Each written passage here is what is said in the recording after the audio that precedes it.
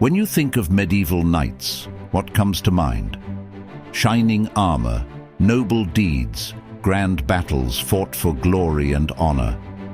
While these images are captivating, they don't capture the full reality of what being a knight was truly like in medieval times. Knights were much more than warriors in gleaming armor. They were politicians, landowners, and sometimes even poets. Today, we're uncovering 10 surprising facts about medieval knights that will challenge what you think you know about these fascinating historical figures. From their financial struggles to the unexpected reality of their role in society, these facts will give you a deeper understanding of who knights really were. Let's dive in. Number 1. Knighthood wasn't always inherited. One of the most persistent myths about knights is that they were always born into nobility. While many knights did come from noble families, knighthood wasn't always inherited. In fact, many commoners were knighted for their bravery, loyalty, or exceptional service on the battlefield. Take the case of William Marshal, one of the greatest knights of the medieval period. He wasn't born into wealth. He was the younger son of a minor noble. Yet, through his extraordinary skill in tournaments and loyalty to the English crown, Marshal rose to prominence, eventually serving as regent for the young King Henry III. During times of war, especially when kingdoms were under threat, commoners who showed exceptional bravery could be knighted on the battlefield. These battlefield knighthoods offered commoners the rare chance to rise above their station, even if the title was sometimes temporary. For boys, typically from noble or wealthy families aspiring to become knights, the journey often started at a young age, where they would serve as pages and squires, learning the art of war and serving knights directly. But even commoners could become squires, especially during times of conflict, and with enough skill and loyalty, they too could be knighted. During the 100 Years' War, for instance, many commoners were knighted for their service, often receiving land or titles as a reward. This practice helped blur the lines between nobility and commoners, making knighthood more accessible. Number 2. Knights paid for their own armor. Knights may seem like privileged warriors, but the reality was far more complicated. Becoming and maintaining the status of a knight was expensive. Knights were expected to pay for their own armor, weapons and horses, which placed a tremendous financial burden on them. A full suite of plate armor wasn't just protective, it was custom-made, perfectly tailored to the knight's body. A suit of armor in the 14th or 15th century could cost several years' worth of wages for an average peasant.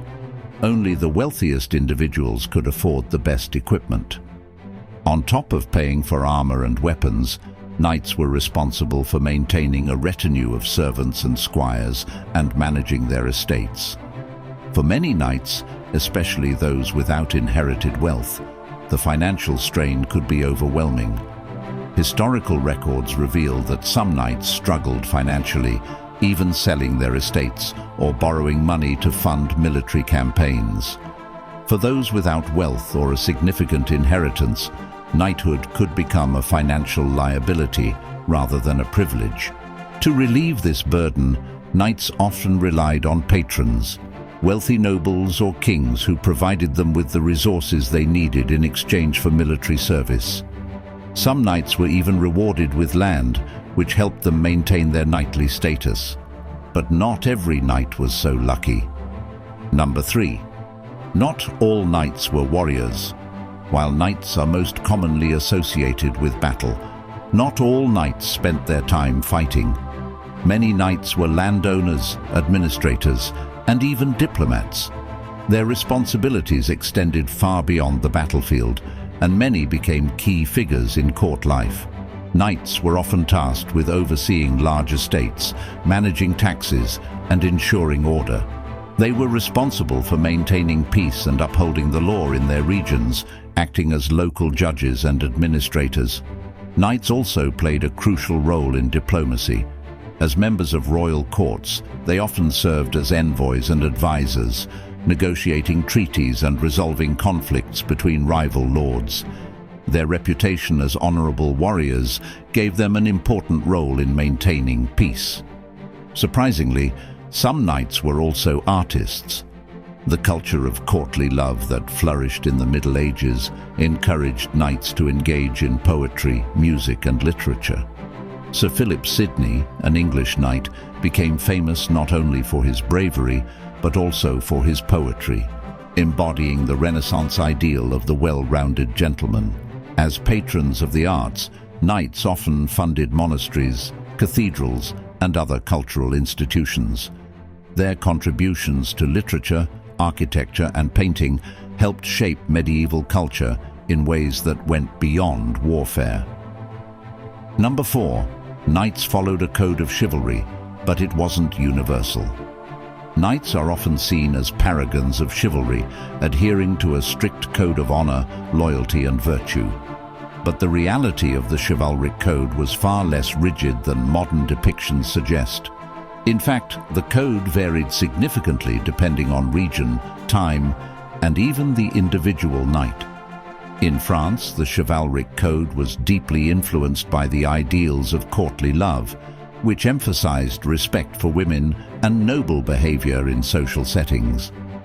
Knights were expected to protect the weak, honor women, and behave with grace and dignity. However, the reality of war often conflicted with these ideals. For example, during the Battle of Agincourt, English knights massacred French prisoners after the battle, showing little of the mercy called for by the chivalric code. Similarly, the Crusades were framed as holy wars fought by chivalrous knights, yet these campaigns were often marked by acts of brutality. In 1099, during the First Crusade, knights slaughtered thousands of civilians in Jerusalem, far from the ideals of chivalry. Despite these contradictions, the concept of chivalry remained a powerful ideal, celebrated in literature and legend. Stories like those of King Arthur's Knights of the Round Table embodied the highest virtues of chivalry, even though these ideals were rarely fully realized in practice. Number 5. Tournaments were risky and deadly. Tournaments were a popular form of entertainment and training for knights, but they were far from the safe and glamorous events we imagine today. These competitions were often brutal, and knights risked serious injury or even death. In the early Middle Ages, tournaments resembled chaotic mock battles, where knights would engage in group melees that could last for hours. Injuries were common, and many knights were killed during these dangerous exercises. As tournaments became more formalized in the 12th and 13th centuries, jousting rose in popularity. But even this highly ritualized sport was dangerous. A poorly aimed lance or fall from a horse could lead to serious injuries or worse. In fact, one of the most famous tournament-related deaths was that of King Henry II of France, who died after a splinter from a lance pierced his eye during a jousting match in 1559. Number 6. Knights could be excommunicated. Knights may have been defenders of the Christian faith, but they were not immune to the Church's authority. In fact, knights who disobeyed the Church's teachings or engaged in morally questionable behavior could face a punishment far worse than defeat in battle: excommunication.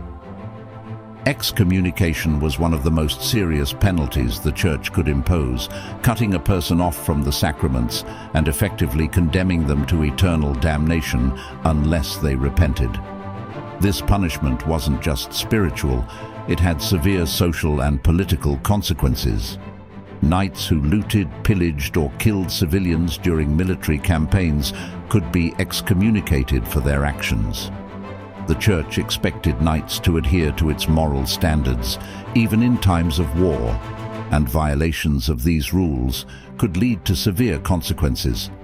One famous case of excommunication is Frederick II, Holy Roman Emperor, who was excommunicated in 1227 for failing to launch the Sixth Crusade on time. Despite his excommunication, Frederick continued his crusade and successfully negotiated the return of Jerusalem. This raises questions about the effectiveness of excommunication in some cases, as Frederick achieved military success even while being cut off from the church.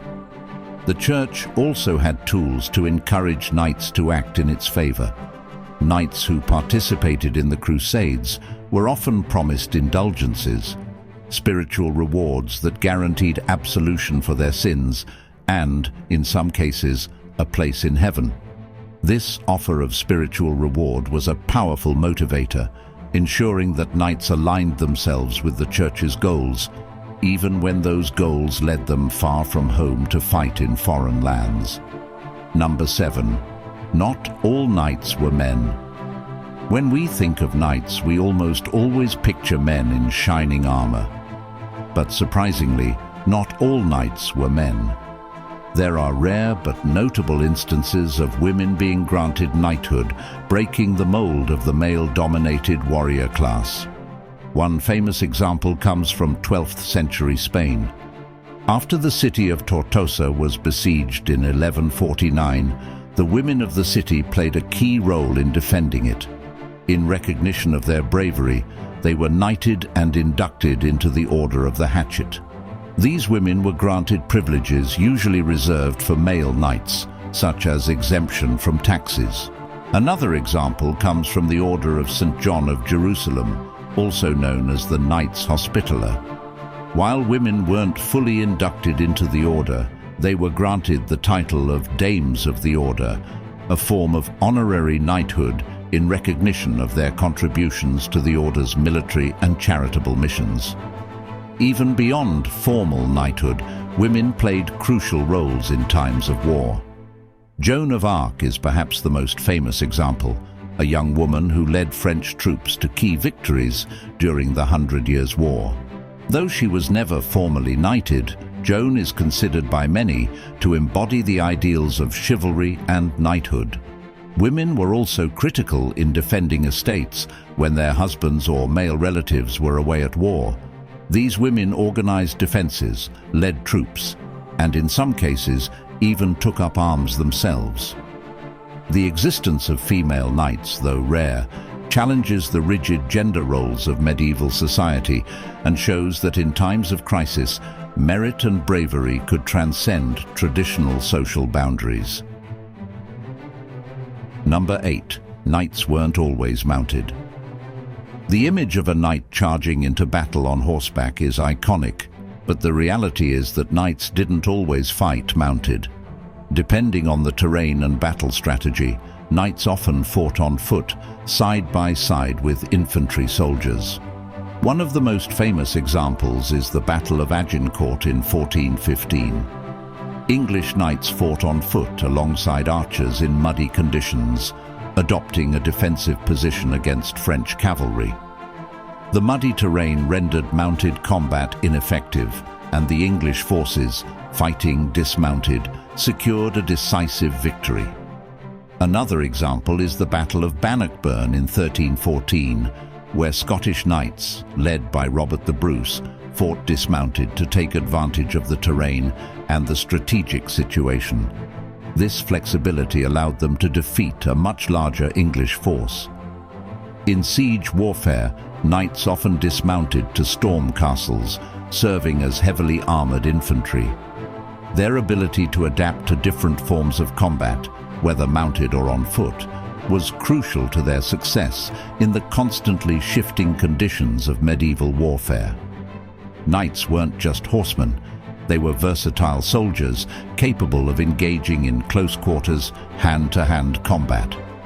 Their heavy armor and weapons made them formidable opponents, regardless of whether they fought from horseback or alongside infantry. Number 9. The rise of professional armies diminished the role of knights. By the late Middle Ages, the role of knights on the battlefield began to decline. The rise of professional standing armies, coupled with new military technologies like the longbow and gunpowder, changed the face of warfare, making knights less dominant. At battles like Cressy in 1346 and Agincourt in 1415, English archers using longbows decimated French knights, who were heavily armored but vulnerable to long-range attacks. The effectiveness of infantry and archers in these battles marked the beginning of the end for knights as the dominant force on the battlefield. The advent of gunpowder weapons only accelerated this decline. By the 15th century, firearms and cannons were becoming more common on European battlefields. These weapons rendered even the most well-armored knight vulnerable, as bullets and cannonballs could penetrate armor that had once been impenetrable. As the role of knights on the battlefield diminished, many knights transitioned to more ceremonial or political roles. They became advisors, diplomats, or members of royal courts, while orders of chivalry like the Order of the Garter evolved into prestigious non-military honors. Number 10. Knights were involved in crusades that didn't always end well.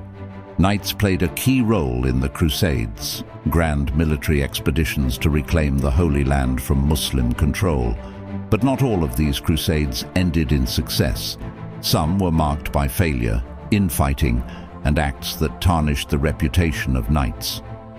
The Fourth Crusade, launched in 1202, is one of the most infamous examples. Initially intended to recapture Jerusalem, the Crusaders ended up sacking Constantinople, a Christian city, after becoming embroiled in Byzantine politics. This disastrous turn of events deepened the rift between the Roman Catholic and Eastern Orthodox churches, and the reputation of the knights who participated was severely damaged. Another tragic episode was the Children's Crusade of 1212. Thousands of young people set out to peacefully reclaim Jerusalem, but their mission ended in disaster. Many died from hunger or disease, and some were sold into slavery. Despite these failures, knights continued to play a significant role in the crusading movement. Orders like the Knights Templar, the Knights Hospitaller, and the Teutonic Knights were established to protect Christian pilgrims and territories in the Holy Land. These military orders gained significant political and economic power, but their involvement wasn't without controversy. The Knights Templar, in particular, became embroiled in political intrigue and were eventually disbanded and persecuted by the French crown in the early 14th century, bringing an end to one of the most powerful knightly orders. In conclusion, we have to acknowledge medieval knights were far more complex than the legends we often hear.